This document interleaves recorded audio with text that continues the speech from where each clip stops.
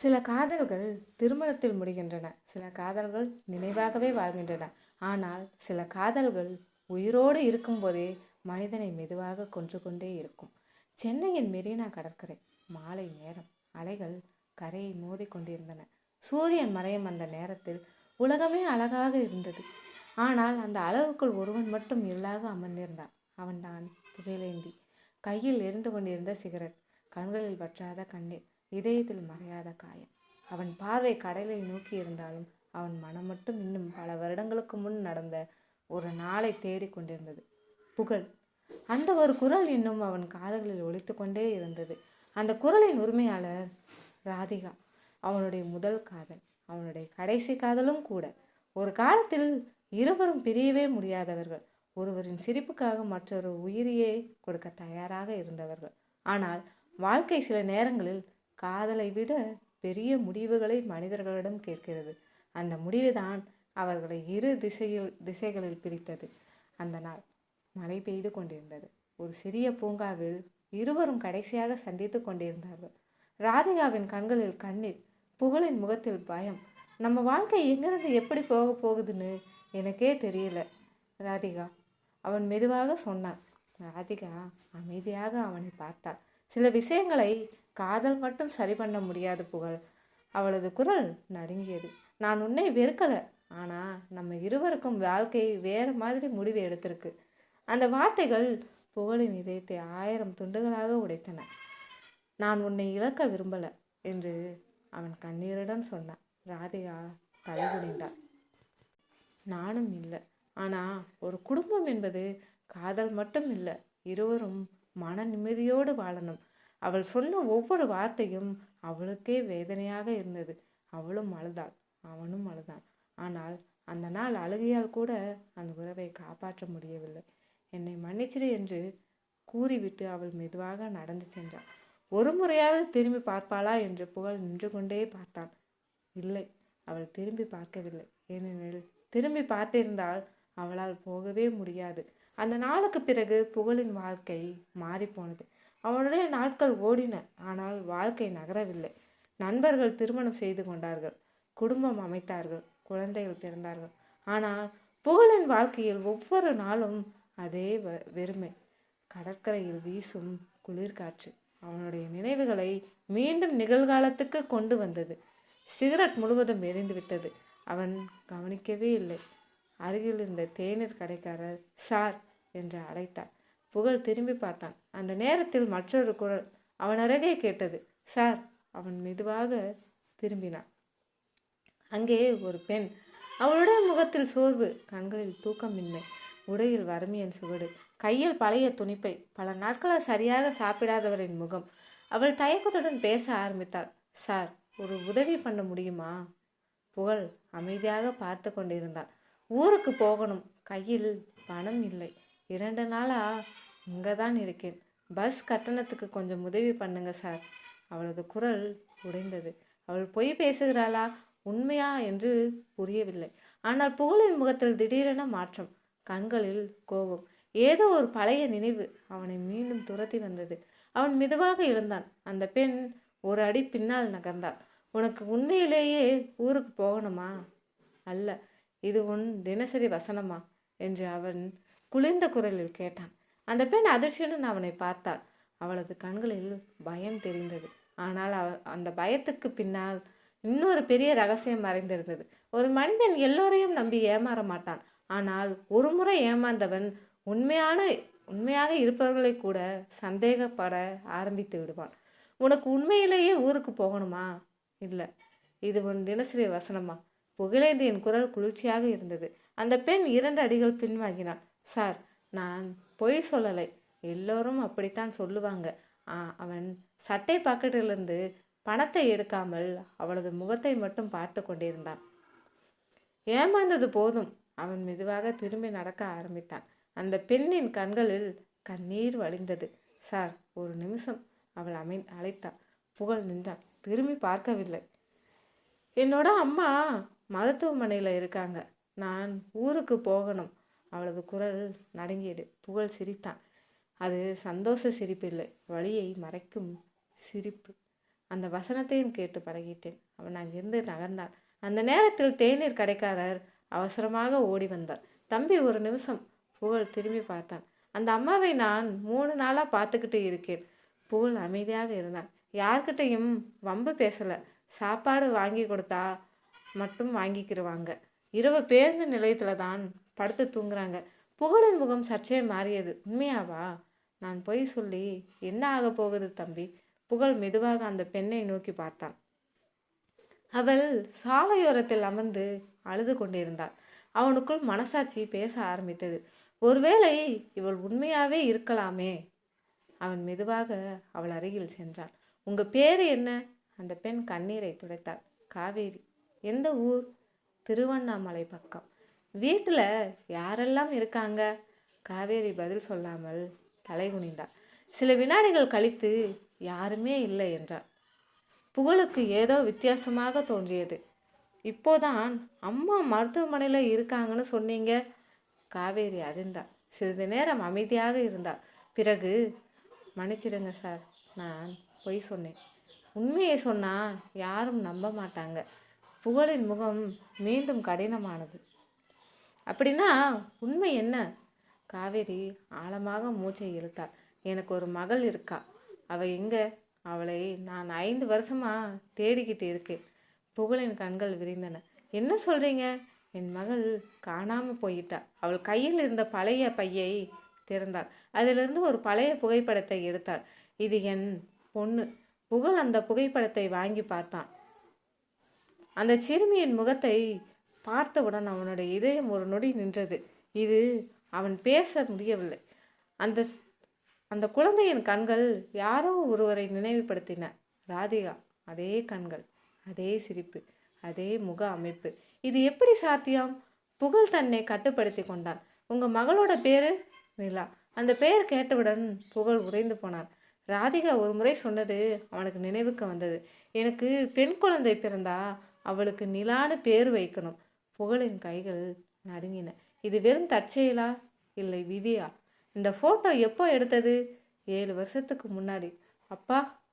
காவேரியின் முகம் மாறியது. அதை பற்றி கேட்காதீங்க. அவர் எங்களை விட்டு போயிட்டார். அந்த நேரத்தில் ஒரு கருப்பு நிற கார் வேகமாக வந்து நின்றது. அதிலிருந்து கோட் சூட் அணிந்து ஒருவர் இயங்கினார். மேடம் என்று காவேரியிடம் வந்தார். புகழ் அதிர்ச்சி அடைந்தார். பஸ் கட்டணத்துக்கு பணம் இல்லாதவளிடம் விலையுயர்ந்த காரா? மேடம், நாங்கள் உங்களை எங்கெல்லாம் தேடுறது? அந்த மனிதன் பதற்றமாக கேட்டார். காவேரி அதிர்ச்சியுடன், நீங்கள் எங்கே இப்படி என்றாள். சார் அனுப்பினார். நான் வரமாட்டேன்னு சொல்லுங்க. புகழுக்கு எதுவும் புரியவில்லை. இவங்க யாரு? அந்த மனிதர் புகழை நோக்கி பார்த்தார். நீங்கள் யாரு? நான் புகழ். பதில் சொல்லும் முன் காவேரி திடீரென்று கத்தினார். ஓடுங்க. அதே நேரத்தில் 2 பேர் வேகமாக அவர்களை நோக்கி ஓடி வந்தனர். ஒருவன் கையில் இரும்பு கம்பி, மற்றொருவன் கத்திக்கு பதிலாக ஒரு மரக்கட்டை. காவேரி பயத்தில் நடுங்கினாள். அவங்க என்னை பிடிக்க வந்துட்டாங்க. புகழ் ஒரு நொடி கூட யோசிக்கவில்லை. காவேரியை பின்னால் நிற்கச் சொன்னான். அந்த இருவரும் நெருங்கினார்கள். ஆனால் அவர்கள் புகழை தாக்கவில்லை.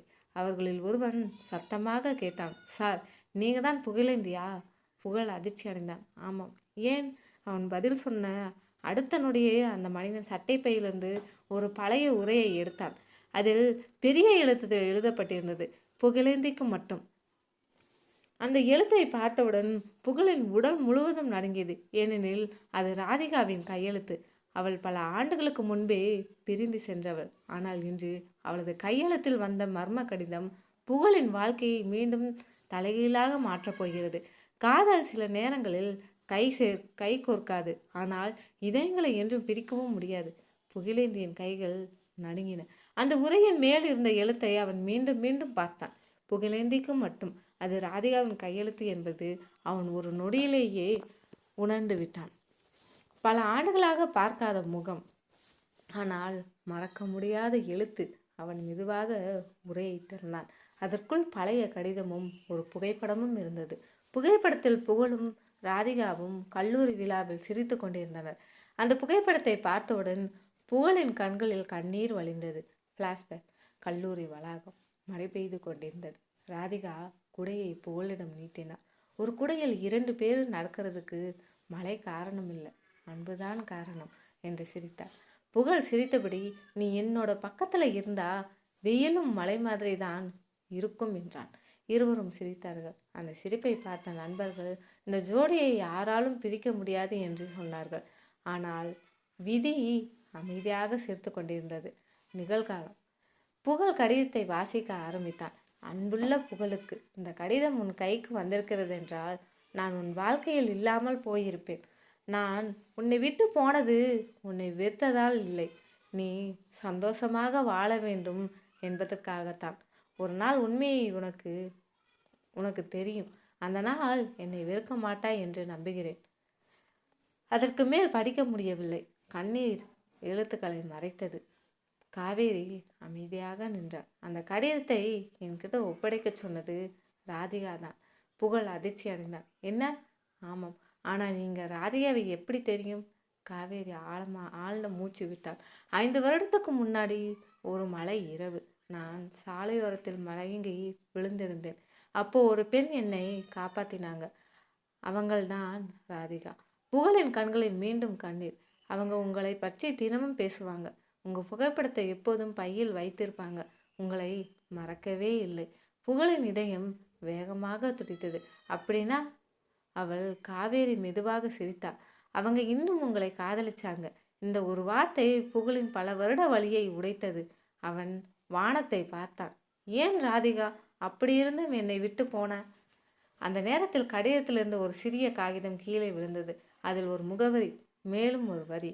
என் வாழ்க்கையின் கடைசி உண்மையை தெரிந்து கொள்ள வேண்டுமென்றால் இந்த முகவரிக்கு வா. புகழ் உடனே கிளம்பினார். காவேரியும் உடன் சென்றார். அவர்கள் அந்த முகவரியை அடைந்தபோது அது பழைய வீடு இல்லை, ஒரு முதியோர் இல்லம். அங்கே இருந்த வயதான நிர்வாகி புகழை பார்த்ததும் அதிர்ந்தார். நீங்கள் தான் புகழேந்தியா? ஆமாம். முதியோர் உள்ளே சென்று ஒரு மரப்பெட்டியை எடுத்து வந்தார். இதை உங்களுக்காக ராதிகா விட்டுட்டு போனாங்க. புகழ் பெட்டியை திறந்தார். அதற்குள் ஒரு டைரி, ஒரு மோதிரம் மற்றும் உலர்ந்த சிவப்பு ரோஜா.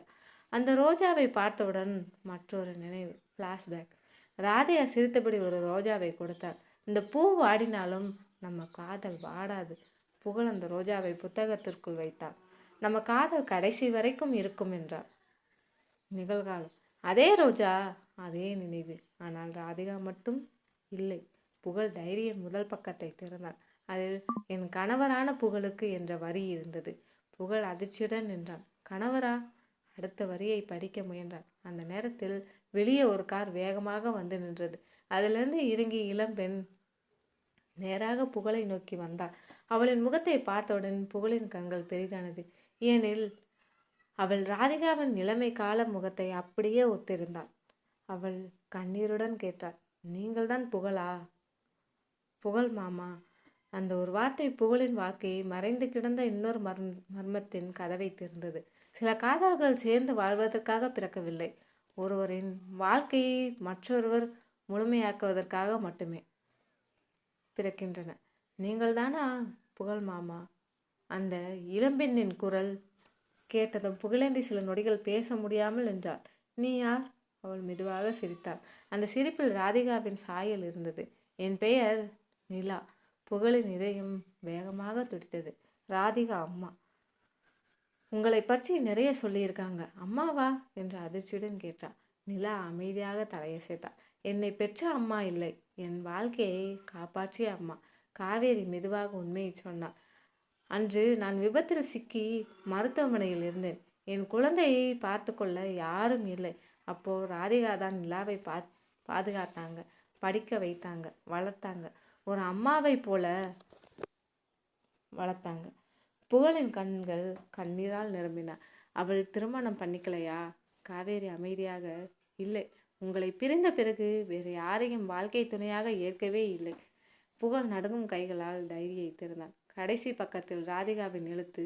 புகழ், நான் உன்னை விட்டு போனது உன்னை இழக்க அல்ல, நீ குற்ற உணர்வோடு வாழக்கூடாது என்பதற்காக. நீ சந்தோஷமாக வாழ வேண்டும் என்று நினைத்தேன். ஆனால் வாழ்க்கை என்னை வேறு பாதைக்கு அழைத்து சென்றது. நான் ஒரு நாளும் உன்னை வெறுக்கவில்லை. என் இதயத்தில் கடைசி வரை இருந்த ஒரே பெயர் புகழ். அந்த வரிகளை படித்தவுடன் புகழ் உடைந்து அழுதான். முதியோர் இல்ல நிர்வாகி மெதுவாக ஒரு சிறிய பெட்டியை நீட்டினார். இதை உங்களுக்காக ராதியா விட்டு சென்றாங்க. அதில் ஒரு எளிய வெள்ளி மோதிரம், மற்றும் ஒரு சிறிய குறிப்பு. நாம் வாழ்க்கையில் கணவன் மனைவியாக வாழவில்லை, ஆனால் என் மனதில் நான் உன் மனைவியாகவே வாழ்ந்தேன். அந்த வார்த்தைகள் புகழின் வாழ்நாள் முழுவதும் சுமந்த வேதனையை கண்ணீராக மாற்றின.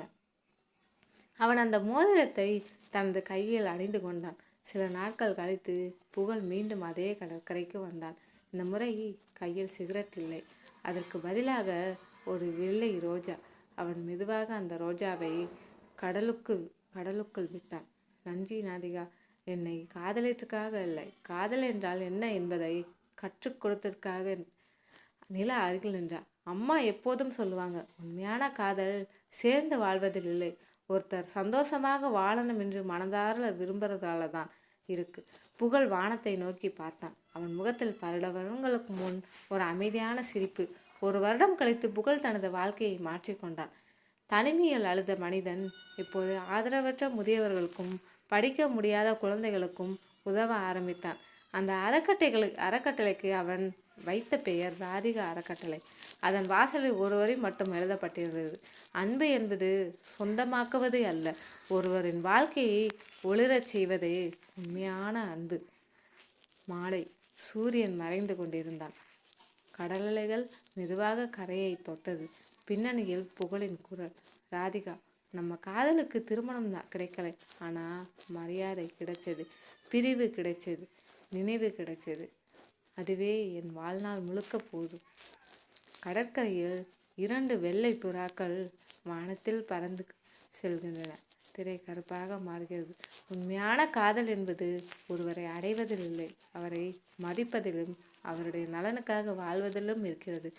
வாழ்க்கையில் பிரிவு வந்தாலும் மனித நேயமும் அன்பும் நிலைத்திருந்தால் அந்த காதல் ஒருபோதும் தோற்காது. மறக்காமல் சேனலை சப்ஸ்கிரைப் செய்து லைக் செய்யுங்கள், ஷேர் செய்யுங்கள்.